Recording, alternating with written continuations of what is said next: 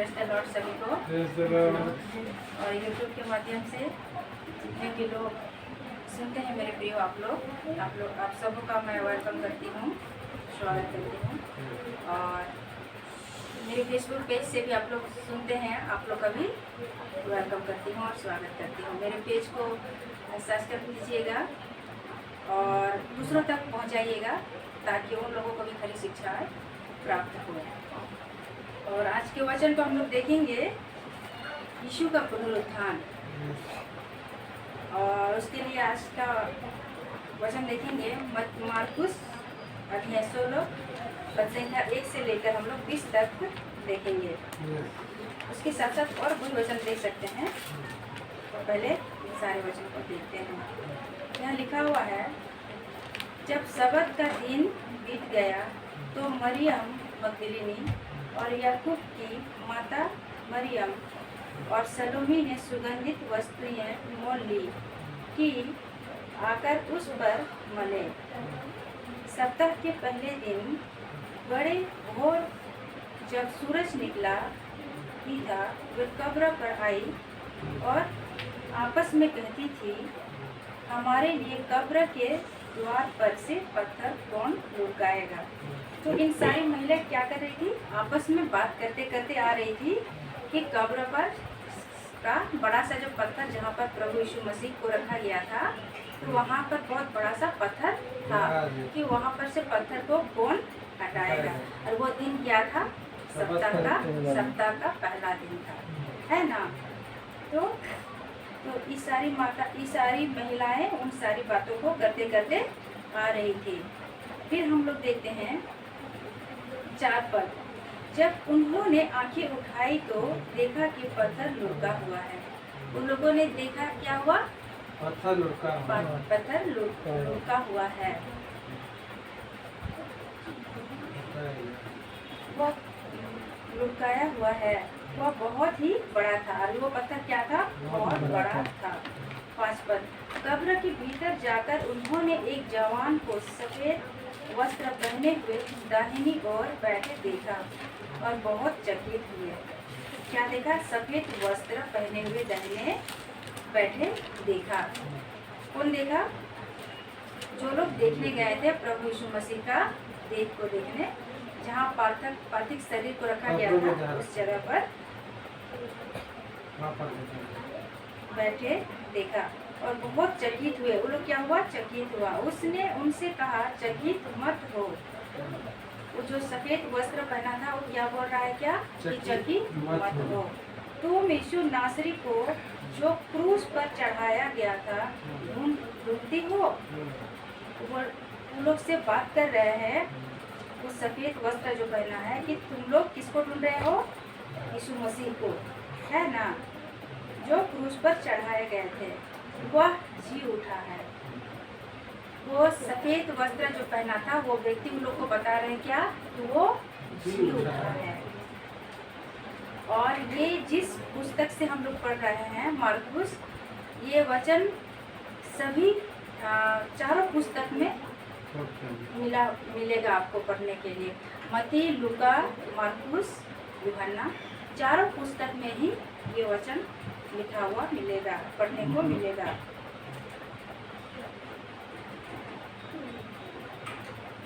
वह जी उठा है, यहाँ नहीं है, देखो यही वो स्थान है जहाँ उन्होंने उसे रखा था। 7 पद, परंतु तुम जाओ और उसके चेलों और पतरस से कहो कि वह तुम से पहले गलील को जाएगा, जैसा उसने तुमसे कहा था। तुम वहीं से देखोगे। और वे निकलकर कब्र से भाग गई, क्योंकि कांपती और घबराहट उन पर छा गई थी। और उन्होंने किसी से कुछ ना कहा, क्योंकि डरती थी। क्या हुआ कि वहाँ पर उसको बहुत डर लगा, काफी से लगा। और वो वस्त्र जो पहना था, चमकीला वस्त्र, सफेद वस्त्र, वो एक्चुअली देखा जाए तो बोला, क्या तुम लोग यीशु को यहाँ कहाँ ढूंढ रहे हो, वो नहीं है, वो क्या हुआ है, जी उठा है। सचमुच में प्रभु यीशु मसीह मुर्दों में से तीसरे दिन जी उठा। यही तो सच्चाई है। विश्वासी लोगों का जो विश्वास है क्या है, यही सच्चाई है कि प्रभु यीशु मसीह मुर्दों में से तीसरे दिन जी उठा। बहुत जोर शोर से गुड फ्राइडे को मनाया गया है ना। और सचमुच में 2024 साल पहले प्रभु यीशु मसीह क्रूस पर मारा गया, गाड़ा गया और मुर्दों में से तीसरे दिन वो क्या हुआ है, जी उठा है। तो हमारा प्रभु यीशु कब्र में नहीं है, प्रभु यीशु मसीह जी उठा है और वो हमेशा के लिए जी उठा है। हम लोग इसी तरह और एक वचन को देखते हैं। हम लोग देखेंगे प्रेरितों के काम 2:24।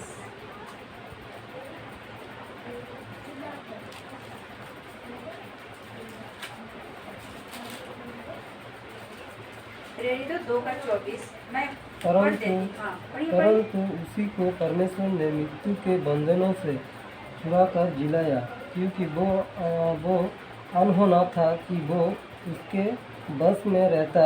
बस यहाँ पर पौलुस लिख रहा है, यहाँ पर लिखा हुआ है परंतु उसी को परमेश्वर ने मृत्यु के बंधनों से छुड़ा कर जिलाया, क्योंकि यह अनहोना था कि वह उसके वश में रहता। क्या वश में रहता? क्योंकि प्रभु यीशु मसीह को मृत्यु भी नहीं रख सकता था। क्यों? क्योंकि प्रभु यीशु का जो जीवन था वो क्या था, वो पापमय जीवन नहीं था। क्योंकि मनुष्य का जीवन में जब पाप रहता है तो पाप के बदौलत ही मृत्यु आती है। और हमारा प्रभु यीशु मसीह का जीवन में क्या नहीं था, पाप नहीं था, इसीलिए उसको मृत्यु तक भी नहीं रोक पाई।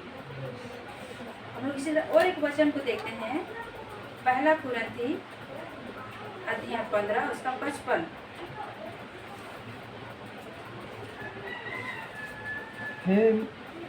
हे मृत्यु तेरी जय कहाँ रही, हे मृत्यु तेरा डाक कहाँ रहा।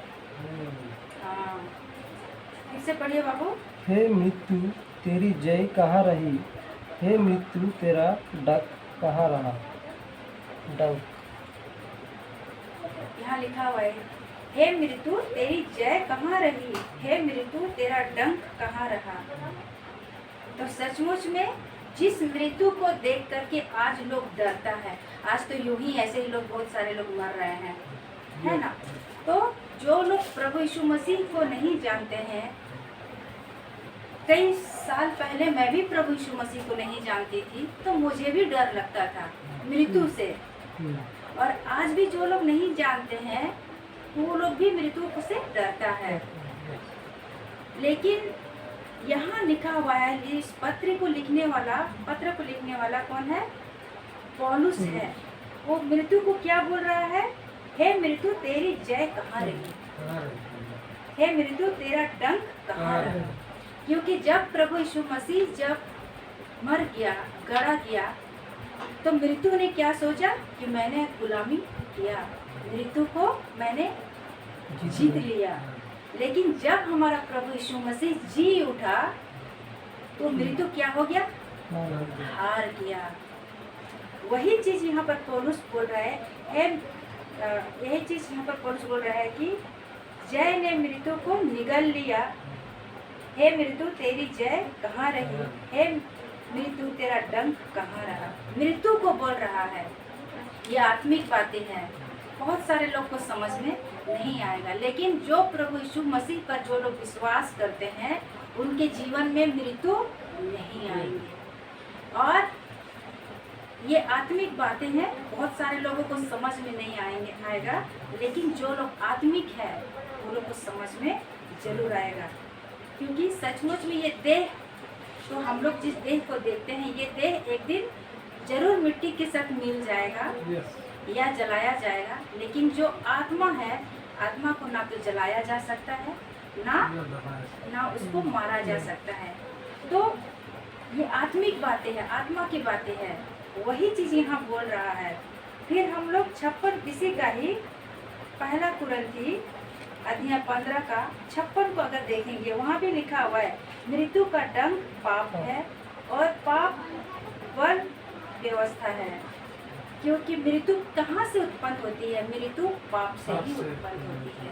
और हमारा प्रभु यीशु मसीह में क्या नहीं था? पाप नहीं था। इसीलिए मृत्यु को क्या किया?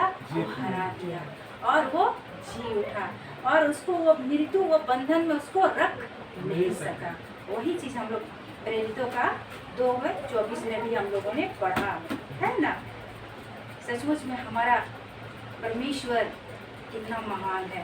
जिस परमेश्वर की आज हम लोग आराधना करते हैं वो जिंदा है, और हमें भी एक दिन उसके साथ जिंदा पाए जाएंगे हम लोग, है ना। यही तो आशा है हम लोग का। हम लोग आगे और वचनों को देखते हैं। फिर हम लोग यहाँ मार्कुस का हम लोग 16 का ही अब हम लोग 9 पद से देखेंगे। सप्ताह के पहले दिन भोर होते ही वह जी उठा और पहले पहल मरियम मगदलिनी को जिसमें उसने 7 दुष्ट आत्माएं निकाली थी। मरियम मगदलिनी जो थी उसके अंदर में क्या था? 7 दुष्ट आत्माएं थी। और प्रभु यीशु मसीह ने क्या किया था? निकाला था। दिखाई दिया। किसको दिखाई दिया? पहली बार प्रभु यीशु मसीह जो कब्र से सबसे पहले किसको दिखाई दिया था? मरियम मगदलिनी को दिखाई दिया था, है ना। उसने जाकर यीशु के साथियों को जो शोक में डूबे हुए थे और रो रहे थे समाचार दिया। उन्होंने यह सुनकर कि वह जीवित है और उसने उसे देखा है, प्रतीति ना की, है ना। जाकर के क्या किया? मरियम उन लोगों को, प्रभु यीशु का जो चेला था, जो 15 लोग थे, उन लोगों को जाकर के बताए कि हाँ हमारा प्रभु जी उठा है। लेकिन वो लोग क्या किया? प्रतीति ना किया, यानी विश्वास ना किया। फिर हम लोग 12 पद को देखते हैं। इसके बाद वह दूसरे रूप में उनमें से 2 को जब वे गांव की ओर जा रहे थे दिखाई दिया। 13 पद, उन्होंने भी जाकर दूसरों को समाचार दिया, परंतु उन्होंने उनकी भी परिस्थिति ना की। 14 पद, पीछे वह उन 12 को भी जब वे भोजन करने बैठे थे दिखाई दिया। कब दिखाई दिया? जब वो लोग भोजन करने बैठे थे 12 लोग, तब दिखाई दिया। और उनके अविश्वास और मन की कठोरता पर उलाहना दिया, क्योंकि जिन्होंने उसके जी उठने के बाद उसे देखा था, इन्होंने उनकी परिस्थिति ना की थी। उलाहना यानी प्रभु यीशु मसीह ने क्या किया था? उन लोगों को उलाहना यानी उन लोगों को डांट रहे थे। 15 पद, और उसने उनसे कहा, तुम सारे जगत में जाकर सारी सृष्टि के लोगों को सुसमाचार प्रचार करो। ये कौन बोल रहा है? प्रभु यीशु बोल रहा है। किसको बोल रहा है? चेलों को बोल रहा है कि तुम लोग सारे सृष्टि के लोगों को सुसमाचार प्रचार करो। जो विश्वास करे और बपतिस्मा ले उसी का उद्धार होगा, परंतु जो विश्वास ना करेगा वह दोषी ठहराया जाएगा। यहाँ से अगर हम लोग एक चीज देखें, क्या देखें? यहाँ से प्रभु यीशु मसीह का एक मैसेज जो सभी मनुष्यों के लिए यहाँ से क्या कर रहा था? वो अपने चेलों को दे रहा था कि ये समाचार जो मैं मुर्दों में से तीसरे दिन जी उठा हूँ, सारे लोगों को बताओ, किसी एक को नहीं बल्कि पृथ्वी के समस्त जो मनुष्य कहलाते हैं सबको बताओ। आज हम लोग इस प्लैनेट पर बहुत से लोग हैं, लेकिन किसी एक व्यक्ति के लिए प्रभु यीशु मसीह नहीं जी उठा था। सिर्फ जोइस के लिए, सिर्फ यहूदी के लिए ऐसा वचन नहीं बताता है। वचन बताता है क्या? कि सारे सृष्टि के लोगों, यानी कि इस प्लैनेट पर जितने भी मनुष्य जो हैं सबके लिए ही प्रभु यीशु मसीह ने जी उठा। अब सारे सृष्टि के लोगों को तुम लोग क्या करो? समाचार बताओ। यहाँ से गॉसिपल बताओ, शेयर करो, बात बताओ। और जो विश्वास करे, और जो विश्वास करे तो क्या करे?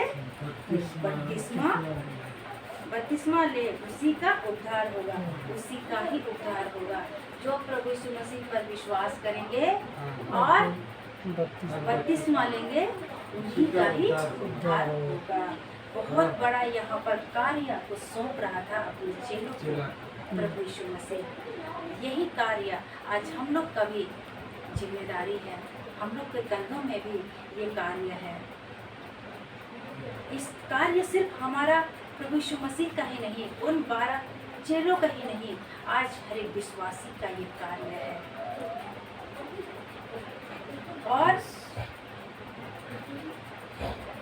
और जो विश्वास नहीं करेगा वो क्या होगा? दोषी ठहराया जाएगा।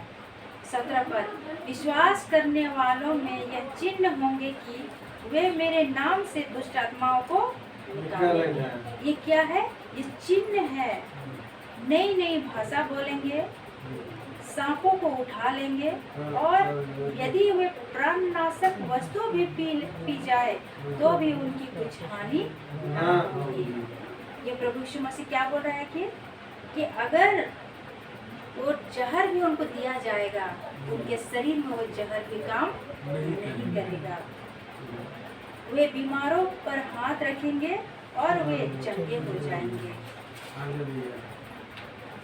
प्रभु यीशु मसीह उनसे बातें करने के बाद स्वर्ग पर उठा लिया गया और परमेश्वर की दाहिनी और जा बैठा। ये सारे वचन बोल करके प्रभु यीशु मसीह स्वर्ग पर उठा लिया गया। 20 पद, और स्वर्ग पर उठा लिया गया और क्या क्या उसको परमेश्वर की दाहिनी ओर बैठ गया है। 20 पद, और उन्होंने निकल कर हर जगह प्रचार किया। कौन हर जगह प्रचार किया? प्रभु यीशु मसीह का जो चेला लोग था, क्या किया? निकल कर हर जगह प्रचार किया, और प्रभु उनके साथ काम करता रहा। प्रभु यीशु मसीह क्या कर रहा था? उन लोगों के साथ रह करके काम कर रहा था, और उन चिन्हों के द्वारा जो साथ साथ होते थे वचन को भेंट करता रहा। आमीन।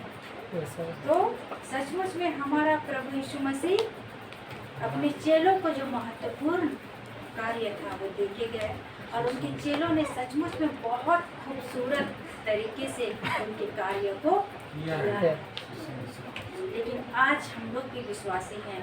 आज हम लोग को जांचना है अपने आप को, हम कैसे कार्य कर रहे हैं। जो कार्य प्रभु यीशु मसीह स्वयं किए थे, वही कार्य अपने चेलों को भी करने को कहा, अपनी कलीसिया को भी कहा। आज हम लोग को भी बोल रहा है, विश्वासियों को भी बोल रहा है। ये कार्य हम लोग का भी है, हम लोग को करना ही है।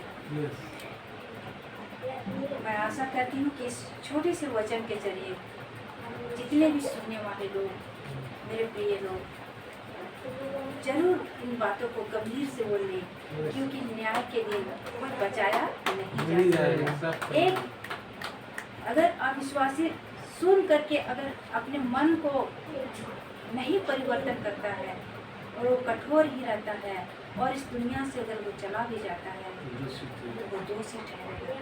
ये मैं नहीं कर रही हूँ, ये वचन कर रहे हैं। यहाँ पर हम लोग अपनी बात नहीं, हम लोग उस खुदावन की बातों को लेके आते हैं, उस जिंदा खुदा की बातों को ले आते हैं। ऐसा कौन सा मनुष्य है जो परमेश्वर की आवश्यकता नहीं है? पृथ्वी के हर एक मनुष्य को आवश्यकता है, और जिंदा रहते हुए उस जिंदा खुदा को लोग जाने, यही हम प्रभु से प्रार्थना करते हैं। आइए हम लोग प्रार्थना की ओर जाते हैं।